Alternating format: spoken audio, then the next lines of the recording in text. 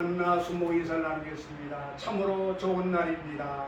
주님이 함께 하십니다. 좋은 일이 일어납니다. 기적이 일어납니다. 할렐루야. 합독한 말씀 요한복음 4장 4절로 10절 말씀을 가지고 죄인을 부르러 오신 예수님, 이 제목으로 말씀의 은혜를 나누겠습니다. 어떤 사람이 자기 친구에게 오늘 우리 함께 목욕하러 가자고 말하자 그 친구는 이렇게 말했습니다. 아니야, 나는 몸에 때가 너무 많아서 부끄러워 목욕탕에 갈 수가 없어. 때를 좀 씻고 깨끗하게 하고 난 다음에 목욕탕에 갈 거야. 이 말을 듣고 그 사람이 어떻게 대답하겠습니까? 이 친구야, 몸에 때가 있기 때문에 목욕탕에 가는 것이지 때가 없으면 목욕탕에 갈 필요가 없지 않느냐, 이렇게 말할 것입니다. 이와 비슷하게 많은 사람들은 나는 죄가 많아서 교회에 나갈 수가 없어라고 말을 합니다. 그러나 예수님은 죄인된 인간을 구원하시기 위해 인간의 몸을 입고 이 땅에 오신 것입니다. 오늘 성경은 첫째로 의원은 병든 사람에게 필요하다고 말씀하고 있습니다. 예수님께서 한 번은 세관을 지나가시다가 세리마태가 앉아있는 걸 보시고 나를 따르라 말씀하시며 그를 부르셨습니다. 그래서 세리마태가 기뻐하며 예수님을 자기 집에 모시고 식사를 대접하는데 세상이 다 아는 죄인들이 함께 모여 고함을 치고 박수를 치고 크게 웃으면서 식사에 참여했습니다. 그러자 예수님을 항상 비난하고 공격하던 바리새인들이 예수님의 제자를 보고 쯧쯧쯧 세상의 세리마태와 저 죄인들을 모아서 함께 웃고 잡담하고 밥 먹고 하는 사람이 너희들의 선생이냐라고 말했습니다. 당시에는 로마가 유대를 다스렸기 때문에 로마에서 세금을 받아갔습니다. 그리고 세리들은 로마의 앞잡이가 돼서 같은 동포인 유대인들을 괴롭혔습니다. 그들은 세금을 갈착뿐만이 아니라 개인적으로 사용할 돈도 빼앗아갔기 때문에 유대인의 원수였습니다. 그런데 예수님은 그런 세리의 집에 가셨을 뿐만이 아니라 죄인들과 같이 식사하시니까 바리새인들이 그렇게 말하는 것입니다. 그 말을 들으신 예수님은 건강한 자에게는 의사가 소용없고 병든 자에게야 소용이 있다. 내가 세상에 온 것은 의인을 부르러 온 것이 아니라 죄인을 부르러 왔다고 하시며 너희는 가서 내가 긍휼을 원하고 제사를 원하지 아니하노라 하신 뜻이 무엇인지 배우라고 말씀하셨습니다. 이것은 호세아서에 있는 말씀인데 하나님은 긍휼을 원하시지 율법적인 제사를 원치 않으신다는 말씀인 것입니다. 성경에 보면 탕자의 이야기가 나옵니다. 한 부자에게 두 아들이 있었는데 그중 둘째가 아버지의 재산을 미리 상속받아 집을 떠나 멀리 가서 허랑방탕하여 재산을 강진해버리고 말았습니다. 흉년이 되니까 둘째는 먹을 것이 없어 거지가 됐습니다.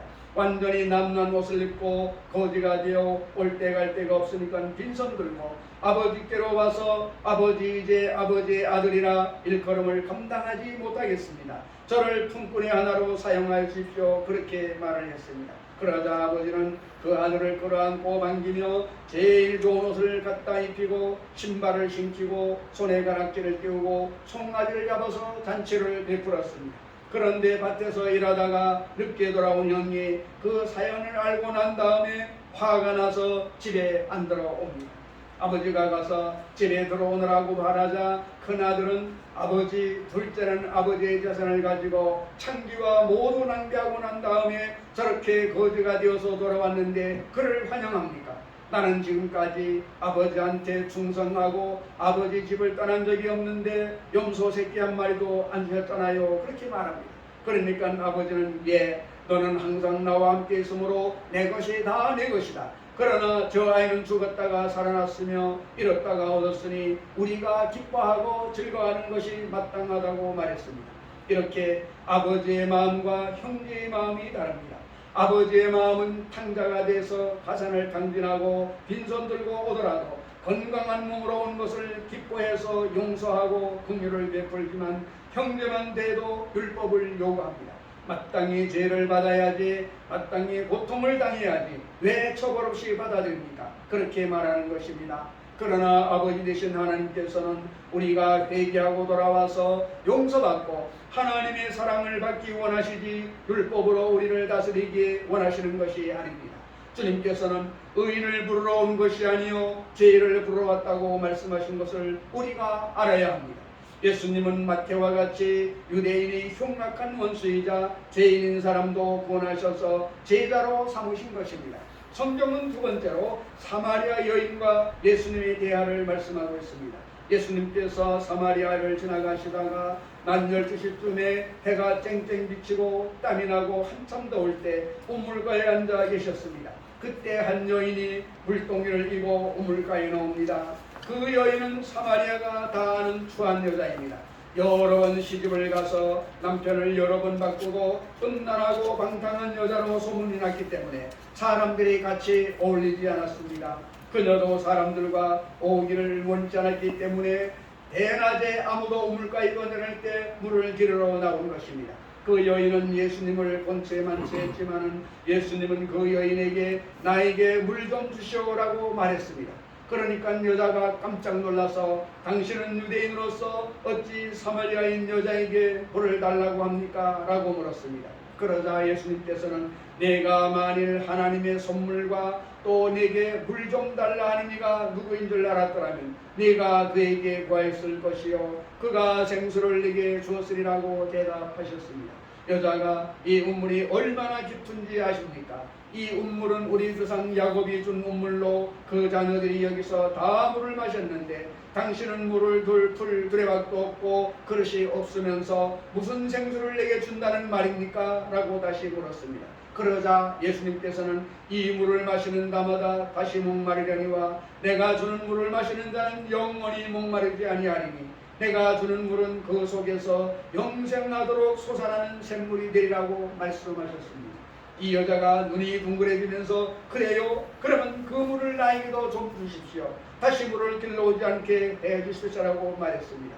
주님께서 그러면 남편을 데리고 함께 오너라고 말씀하시자 여자는 고개를 설레설레 흔들면서 나는 남편이 없어요라고 대답했습니다. 그러나 예수님은 내가 남편이 없다는 말이 옳도다. 너에게 남편 5이 있었고 지금 있는 자도 내 남편이 아니니 내 말이 참되더라고 말씀하셨습니다. 여자가 화들짝 놀라 이렇게 말했습니다. 이제 보니까 나의 생애를 환히 들여다보는 선지자시군요. 그리고 난 다음에 여자는 곧장 예배 초소 논쟁으로 이끌어갔습니다. 여자가 우리 조상들은 이 산에서 예배를 드렸는데 당신들 유대인들은 예루살렘에 가서 예배를 드려야 한다고 하니 어떻게 되는 것입니까? 라고 물었습니다. 그러자 예수님께서는 이렇게 말씀하셨습니다.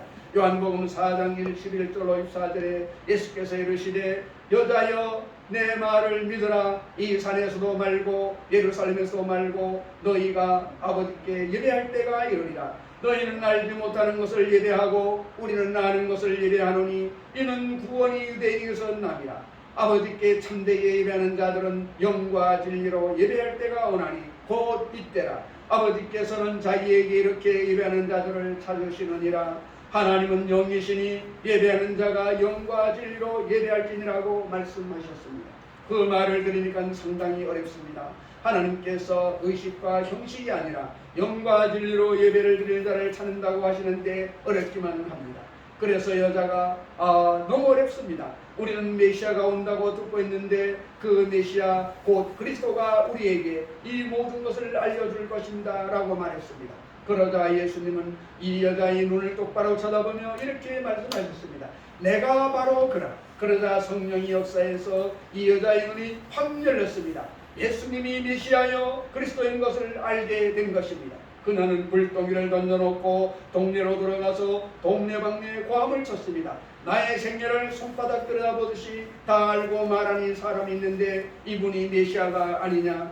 그래서 많은 사마리아 사람들이 떼를 지어와서 예수님을 만나고 예수님을 붙잡아 며칠 동안 머물게 하고 예수님의 말씀을 듣고 예수님을 믿어 신앙을 갖는 귀한 역사가 일어나게 했습니다.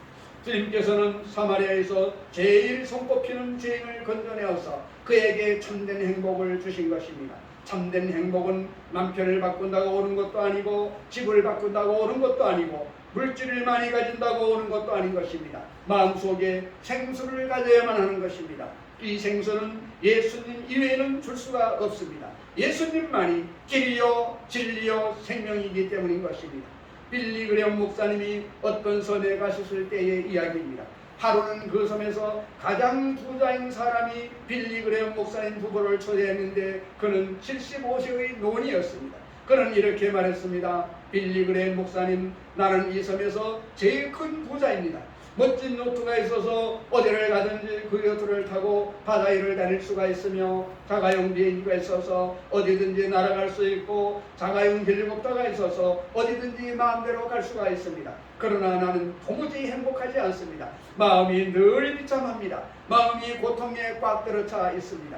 이 세상의 물질이 행복인 줄을 알고 생각하고 평생 동안 물질을 모으려고 했었는데 돈이 행복을 주지 못한다는 것을 이제야 알게 되었습니다. 빌리그레엄 목사님은 그 다음날 오후에 75세 된 나이 많은 목사님을 만났습니다. 그 목사님은 이렇게 말했습니다. 목사님, 저는 돈이 2만 원도 없습니다. 그래도 나는 제일 행복한 사람입니다. 예수님이 내 마음에 계시고 내가 예수님을 사람들에게 전하고 있으니 그 행복과 기쁨을 말로 다 할 수는 없습니다. 그 두 노인은 똑같이 75세였습니다. 그런데 한 사람은 돈을 많이 가지고 자가용 비행기, 헬리콥터에 요트까지 가지고 있으면서 극히 불행했습니다. 그러나 다른 한 사람은 단돈 2만 원도 없으면서도 그 마음속에 기쁨과 행복이 넘쳤습니다. 이처럼 행복이란 마음에서 넘쳐나오는 것이지 환경에서 다가오는 것이 아닙니다. 사람을 행복하게 만들기 위해서 아름다운 환경을 꾸며주는 것은 좋습니다. 그러나 그것이 영원한 행복을 가져오지는 못하는 것입니다. 영원한 행복은 마음속에 예수님이 들어와야 하는 것입니다. 왜냐하면 사람은 하나님의 형상과 모양대로 지음을 받았기 때문에 하나님이 없이는 도저히 마음의 안정이 될 수가 없기 때문인 것입니다. 하나님이 없이는 껍데기뿐이니 알맹이이신 하나님이 들어오셔야 완전하게 됩니다. 알맹이이신 예수님이 우리 마음속에 들어와 계셔야 비로소 마음의 평안함과 안정감이 생기게 되는 것입니다. 예수님이 계셔야 밥을 먹고 일을 하고 사업을 할 때 기쁘고 즐겁고 가치가 있는 것입니다. 예수님 없는 삶은 사는 것 같으나 허사라는 것을 알아야만 되는 것입니다. 세 번째로 죄인에 대한 주님의 사랑을 말씀하고 있습니다. 죄인에 대한 주님의 사랑은 끝이 없습니다. 예수님은 누가복음 15장 4절로 7절에서 이런 이야기를 하셨습니다. 너희 중에 어떤 사람이 양 100마리가 있는데 그 중에 하나를 잃으면 99마리를 들여두고 그 잃은 것을 찾아내기까지 찾아다니지 아니하겠느냐. 또 찾아낸 즉 즐거워 어깨에 메고 집에 와서 그 벗과 이옷을 불러 모으고 말하되 나와 함께 즐기자. 나의 잃은 양을 찾아내었노라 하리라. 내가 너희에게 이르노니 이와 같이 죄인 한 사람이 회개하면 하늘에서 회개할 것 없는 의인 아브로 말미암아 기뻐하는 것보다 더하리라. 양 100마리를 돌보는 사람이 99마리는 평안히 우리에 있는데 한 마리를 잃어버렸습니다. 어지간하면 99마리가 있으니 한 마리쯤은 잃어버려도 상관없다. 잊어버리자라고 말할 수 있을 것입니다. 혹시 잃어버린 한 마리를 찾으러 갔다가 도둑놈이 와서 99마리를 훔쳐가면 어떻게 합니까? 그럼에도 불구하고 99마리는 우리에 있으니 그대로 두고 한 마리를 찾아 산과 들로 헤매다가 그 양을 찾으면 기뻐하며 돌아와서 친구들을 불러 모아 잔치를 베풀고 잃었던 양을 찾았다고 즐거워한다는 것입니다. 바로 우리 한 사람이 회개하고 돌아오면 하나님이 그렇게 기뻐하신다는 것입니다. 하나님께서는 회개하고 주님께 두 손 들고 오는 사람을 기뻐하십니다. 내가 잘났다, 내 힘으로 살 수 있다, 내 힘으로 할 수 있다고 자랑하는 사람을 하나님이 좋아하십니까? 아닌 것입니다. 깨어지고 회개하고 천부에 의지 없어서 손 들고 옵니다라고 하면서 주님께 나오는 사람을 하나님은 기뻐하고 즐거워하고 그 죄를 용서하시고 구원하여 주시는 것입니다. 누가복음 19장 10절에 인자가 온 것은 잃어버린 자를 찾아 구원하려 함이라고 말씀하고 있습니다. 예수님은 잃어버린 자를 구원하러 오셨습니다. 잃어버린 자, 하나님도 모르고 천국도 모르고 버림받은 자, 이런 사람을 예수님은 찾으러 오신 것입니다. 예수님께서 십자가에 못 박히신 것을 보시기를 바랍니다. 어지간하면 주님께서 십자가에서 내려오셨을 것입니다. 얼마나 고통스럽습니까? 이 세상에서 사람을 가장 흉악하게 죽이는 형틀이 십자가인 것입니다. 양손과 양발의 대못을 받고 공중에 높이 매달아 놓는데 얼마나 고통스럽습니까? 빈혈이 나타나고 탈수가 일어나고 몸의 고통과 괴로움이 극해에 달하는 것입니다. 주님께서는 내려오실 수 있었습니다. 밑에 있는 사람들은 내가 하나님의 아들이거든 십자가에서 내려오라, 그러면 우리가 믿겠노라고 말했습니다. 옆에서 십자가에 나달린 한강도도 내가 하나님의 아들이냐, 그러면 우리를 십자가에서 내려오게 하라고 이야기했습니다. 그러자 예수님은 끝까지 그런 말에 귀를 기울이지 아니했습니다. 잃어버린 우리를 구원하기 위해서는 그 죄값을 대신 갚아야 하기 때문에, 우리에 대한 사랑이 자신의 고통보다 훨씬 컸기 때문에 예수님은 그 엄청난 고통에 몸부림을 치면서도 십자가에서 내려오시지 않았습니다. 고통이 극에 달했을 때 주님께서는 나의 하나님 나의 하나님 어찌하여 나를 버리셨나이까 라고 외치셨습니다. 바로 하나님의 품 안에 있는 예수님이심에도 불구하고 너무나 고통스럽고 괴로우니까 하나님이 나를 버리셨다, 이제 나는 하나님께 버림받았다고 생각하신 것입니다. 그러나 그러한 고통을 당하면서도 예수님은 십자가에서 내려오기를 거부하셨습니다. 그 결과로 오늘 우리가 죄사함을 받고 구원을 받게 된 것을 늘 감사하며 살아가야 되는 것입니다. 너희는 그 은혜에 의하여 믿음으로 말미암아 구원을 받았으니 이것은 너희에게서 난 것이 아니요 하나님의 선물이라. 행위에서 난 것이 아니니 이는 누구든지 자랑하지 못하게 함이라. 구원은 하나님의 선물입니다. 행위에서 난 것이 아니니 아무도 자랑할 것이 없다는 것을 알아야만 되는 것입니다.